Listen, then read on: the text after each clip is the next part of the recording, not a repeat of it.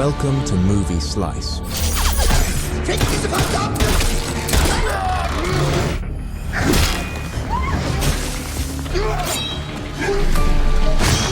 Quick fun recaps of your favorite movies. Sharp, funny, and to the point.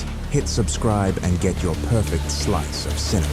The movie begins with Tim, a brilliant game programmer who is on a work call with a colleague. Suddenly, they are notified that the launch date for their new game has been moved up, much earlier than expected. This news hits Tim like a bolt of lightning, adding to the pressure he's already under. His mind completely blanks out, and he starts thinking about Liv, his wife, who has barely spent any time with him since they lost their child 2 years ago. While sitting at his desk, Tim notices a fly trapped under a glass. He decides to set it free through the window, but as he does so, he loses his balance and the fly escapes on its own. A little later, Liv appears at the bathroom doors and tells him she wants to show him something. Tim, distracted and exhausted, tells her to make it quick because he has a lot of work. As they leave, they run into Anton, their neighbor in the building. Right after, Mr. Friedman, the landlord, welcomes them with a broad smile and announces that the building renovations, which took 3 long months, are finally finished. Suddenly, a loud noise makes them all look at a helicopter flying toward a distant area, trailing thick smoke. Friedman tells them there's a big fire in the city of Hoven. After Friedman leaves, Liv excitedly drags Tim to the parking lot and surprises him with a caravan. Liv suggests they just take off and travel to Paris on an unplanned trip. But instead of being happy, Tim is reminded of painful memories. Liv tries to calm him down, saying this could be a chance for a fresh start, and surprises him again by revealing she quit her job as an architect. But Tim tells her it's impossible to take a vacation now, as he's in the middle of an important project. Feeling disappointed and frustrated, Liv realizes Tim may never go back to being the man he was before they lost their child. In that moment, she decides she's going to leave him. The next morning, Tim wakes up to find Liv dressed and quietly packing her things. She firmly but calmly tells him she's leaving, but as soon as she opens the apartment door, she freezes in place. The door is completely blocked by solid black bricks. Tim tries to check the door camera, but the screen is fuzzy. She rushes to the living room and tries to open the windows, but they're blocked by the same black bricks. Liv quickly tries to call the landlord, but their phones have no signal and the Wi-Fi is down. Tim notices that the closer he gets to the door, the more his phone screen glitches and squeals. Meanwhile, Liv examines the bricks in confusion, quietly saying she can't even identify what material they're made of. They don't look or feel like anything she's seen before. Determined, Liv grabs a drill and tries to bore into the door, but the drill can't even scratch it. They try drilling the apartment walls, hoping to find a weak spot, but all their attempts fail. Suddenly, they hear a noise from the neighboring apartment. They rush to the shared wall and start drilling through it. Eventually, they make a hole and find 2 young tourists on the other side, Marvin and Anna. Tim asks if their apartment is blocked too, and Anna nods, explaining that the black wall was already there when she woke up. Marvin, visibly frightened, starts to panic and hallucinate. Anna calmly tells him to take his medication to calm down. Liv smiles reassuringly at Anna and tells her everything will be fine. Tim then notices the water tap isn't working. They realize their water has been cut off. After thinking deeply, Tim tells Liv that escaping shouldn't be that hard, but they need to think as if they're inside a game. This annoys Liv, who explodes at him, saying not everything revolves around his stupid game. She bitterly adds that none of this would have happened if he'd just agreed to travel with her yesterday, then sadly smiles and says it doesn't matter anymore because they're no longer together, and she walks away. Frustrated, Tim throws his phone at the wall and collapses to the ground. He notices the same fly from yesterday on a nearby plate. His eyes return to the wall, and he sees a small piece of his phone stuck to the brick like a magnet. At the same moment, Liv approaches and apologizes for her earlier outburst. Without a word, Tim takes a spoon from a cup and brings it close to the wall. It sticks. Without speaking, they gather all the magnetic metal objects they can find and stick them to the wall. Liv notices a specific pattern, 4 bricks arranged in a perfect square, attracting magnets more strongly than the others. Tim, observing intently, says maybe there's a way to interact with them or something. This sparks an idea in Liv's mind, but before she can act, the knives and metal tools fly off the wall. Tim gets injured, and Liv tends to his wounds, sincerely thanking him for protecting her. 2 hours later, they hear loud screaming from their neighbor's apartment. Tim widens the hole, holding a baseball bat, while Liv carries pepper spray. They both crawl into the neighbor's apartment, where they find Anna badly injured. Liv helps her up, while Tim searches for Marvin, who suddenly attacks Tim in a panic. Liv quickly sprays Marvin in the face. Anna screams at them to stop, explaining that the blood on her hands is Marvin's. She accidentally hit him while trying to break the wall. She says Marvin didn't hurt her, and adds that they're both on drugs. Nonetheless, Tim ties Marvin's hands just to be safe. Tim then explores Marvin's apartment further and finds a locked door labeled "No Entry." He breaks in and Liv follows. Inside, they search for anything that might help them escape. Liv finds a small camera, while Tim finds a heavy hammer and tries it on the walls, but the bricks remain solid. Marvin, now a bit more lucid, asks why he's tied up. Anna explains he attacked Tim earlier. Marvin apologizes. Liv loudly suggests that the only way out might be through the floors. She tells the group the building was built in 1897, and during World War II, an air raid shelter was added underneath. She remembers seeing it when she first moved in. According to Liv, the shelter connects directly to a nearby metro station, but to reach it, they'll have to break through at least 3 floors. It's risky, but it might be their only chance. Excited, Tim starts breaking the floor with the hammer. While he works, Anna casually mentions she's seen TikTok videos about UFO sightings. Marvin scoffs at the idea and blames Friedman instead. Liv calmly says Friedman is a good man. Eventually, they make a hole in the floor and use clothes as a rope. Tim goes down, only to be surprised by Oswald, another elderly resident. Oswald threatens and warns him he won't share any of his stored food. Tim reassures him he's not after his food, just needs to get to the first floor by digging a passage below. At that moment, Leah, Oswald's granddaughter, appears and tells him to stop scaring the neighbors and give them a chance. Oswald reluctantly agrees but warns them to stay away. He gave them one of his shoes and brought another. The group went down. Marvin was struggling as he descended. His hand was tied, but he managed to get down afterward. Leah said offhandedly that they had a ladder they could use next time. Marvin's tie was undone and he was warned to behave well. Then Liv gave him the hammer. Marvin started breaking the floor, while Liv noticed that Leah was quietly sending messages on her phone. She asked her, and Leah admitted that she was having a fight with her friend. Liv reassured her calmly and told her she would see her again as soon as they got out of there. Then Tim noticed a smoke alarm on the table and became suspicious of it. They broke it open and found a hidden surveillance camera inside. He asked Oswald if he was the one who put the camera there, but Oswald told him that installing those alarms was Friedman's job. Tim checked another one. Same thing, another camera. Marvin concluded that they were trapped in a broken version of Squid Game. Liv interrupted him and pointed to the wall, saying that Friedman's apartment was right behind that wall. They simply asked about it and, without wasting time, broke the wall, separating them from Friedman's apartment. They called his name but got no answer. Leah told the group that she and her grandfather would stay there. The rest entered. Marvin took a backup knife. They carefully explored the apartment and finally entered a room, only to find Friedman dead with his hand cut off. Liv gasped and stepped back in shock,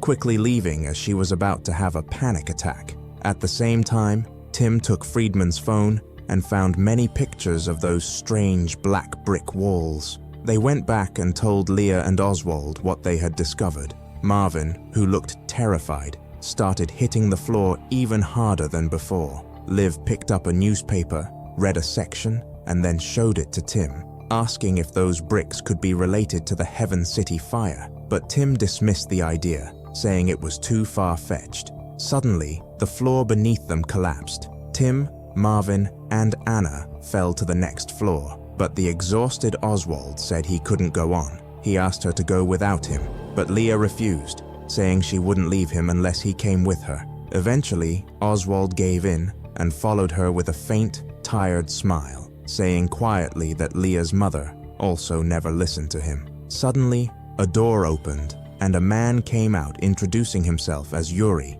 Anton's friend and the apartment's resident. Yuri looked at the group with curiosity and asked why they were making holes in the ceiling. They explained they were trying to break into the basement to escape. With a serious tone, Yuri told them that leaving was impossible. The outside world was contaminated, and claimed that the black brick walls were put up as a protective measure. Liv then asked where Anton was. Yuri took them to Anton's room, where they found him lying motionless on the bed. Yuri explained that Anton had collapsed in front of the wall, probably due to a heart attack. The group offered their condolences, but told him they were still going to try to get out. Leah stayed behind, examining Anton's desk, noticing strange codes and scribbled drawings on the papers. After memorizing them, she left to catch up with the others. The group then broke the last part of the floor and went down to the basement, moving deeper into the cold concrete space. Finally, they found the emergency exit of the building,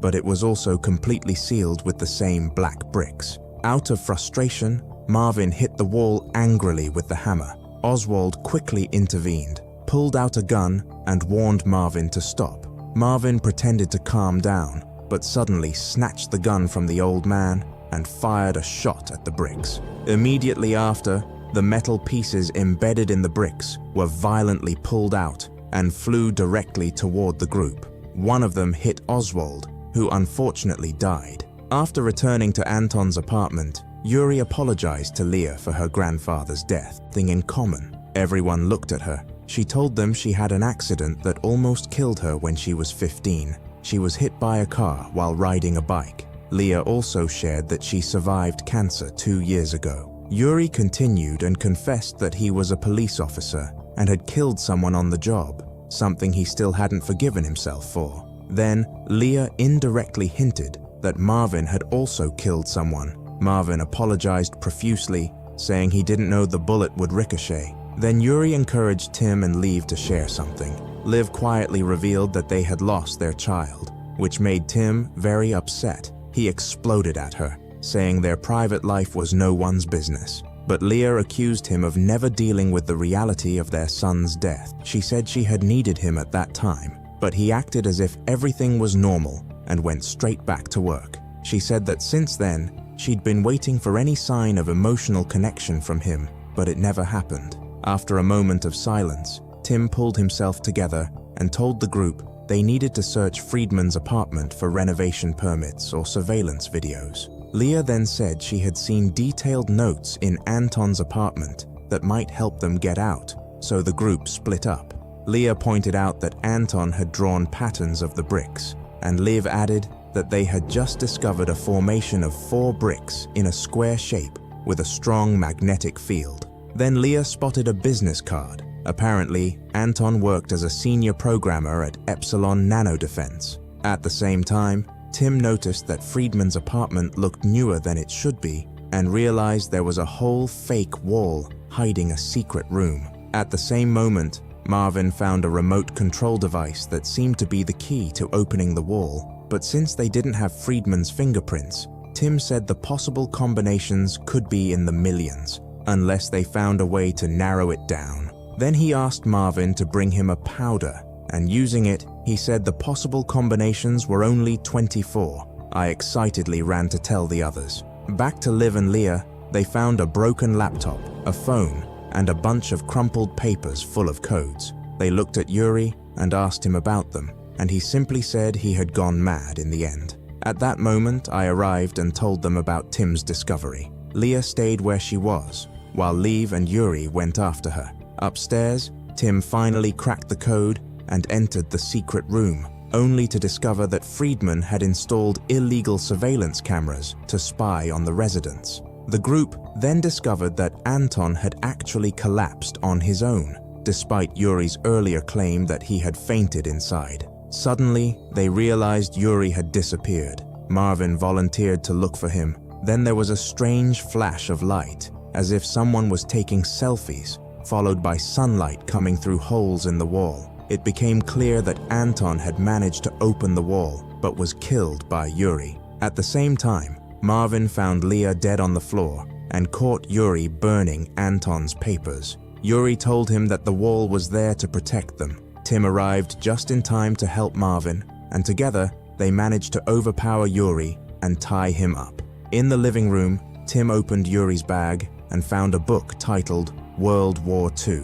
They handed Marvin the gun and told him to keep an eye on Yuri. After that, he comforted Liv and reassured her that it wasn't her fault. Anna also joined them. She was confused and wondered out loud why Yuri might want to kill Liv, probably because she was close to finding a way out, just like Anton did. Anna noticed that the camera was flashing on and off, so Anna told them I would try to recover the video recordings of what Anton did at that time. Liv and Tim were going through the burnt papers, trying to gather anything they could. Liv suggested that the wall might be coded. Tim noticed a certain pattern and called it a time gap code, similar to Morse code but a bit more complex. He was convinced that Anton had somehow managed to crack it. Liv revealed that Anton had worked on the team that built this brick wall after she examined the card carefully. Tim told her that this facility was located in the city of Haven itself. In the end, they decided to ask Yuri how to break the brick wall code, but Yuri simply replied that all of humanity's problems stem from man's inability to sit quietly alone in a room. A quote from Blaise Pascal. Tim angrily yelled and asked if the fire was in the Epsilon facility. Yuri confirmed this and added that, as far as he knew, the wall was a defense system that activates in the event of nuclear, biological, or chemical threats, and that they were already at war. Liv asked why Anton would try to escape if the outside world was contaminated. Yuri admitted that Anton believed it was a system malfunction caused by the fire. Suddenly, Anna shouted that I had found the recordings. In the video, Anton was seen programming an app on his phone to open the wall. Tim realized it wasn't a time gap code, but a visual code, like a QR code, which the phone could read immediately. He got Anton's phone, and Tim started retrieving the data and transferring it to my device.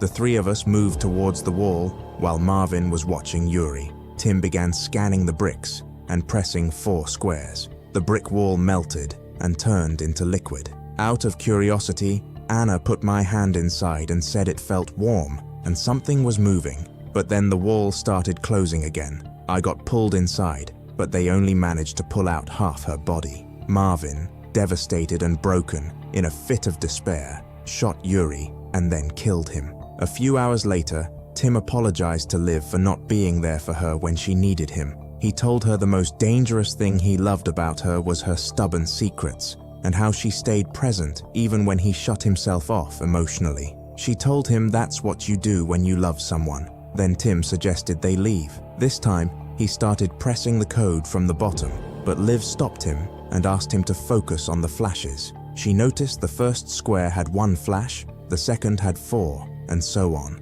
They realized the flashes matched the selfie pictures in the video they watched, so they counted the correct order. Just as they were about to try it, Yuri attacked them, pushing Tim down. Liv staggered, lost her balance, and fell to the basement floor. Tim took advantage of the moment, pushed Yuri after her, and then, without wasting a second, pulled Liv up. The two of them escaped to the air raid shelter and closed the heavy iron door behind them. Tim asked Liv to open the door while he tried to hold off Yuri. Yuri overpowered Tim, but Liv grabbed a hammer and hit Yuri on the head, saving Tim. The two of them left the apartment and went outside, only to discover that all the surrounding buildings were also now surrounded by brick walls. They got into the caravan and turned on the radio. A news bulletin announced that the brick wall protection system had been activated due to a serious malfunction caused by the fire. Authorities were still investigating whether the fire was accidental or sabotage.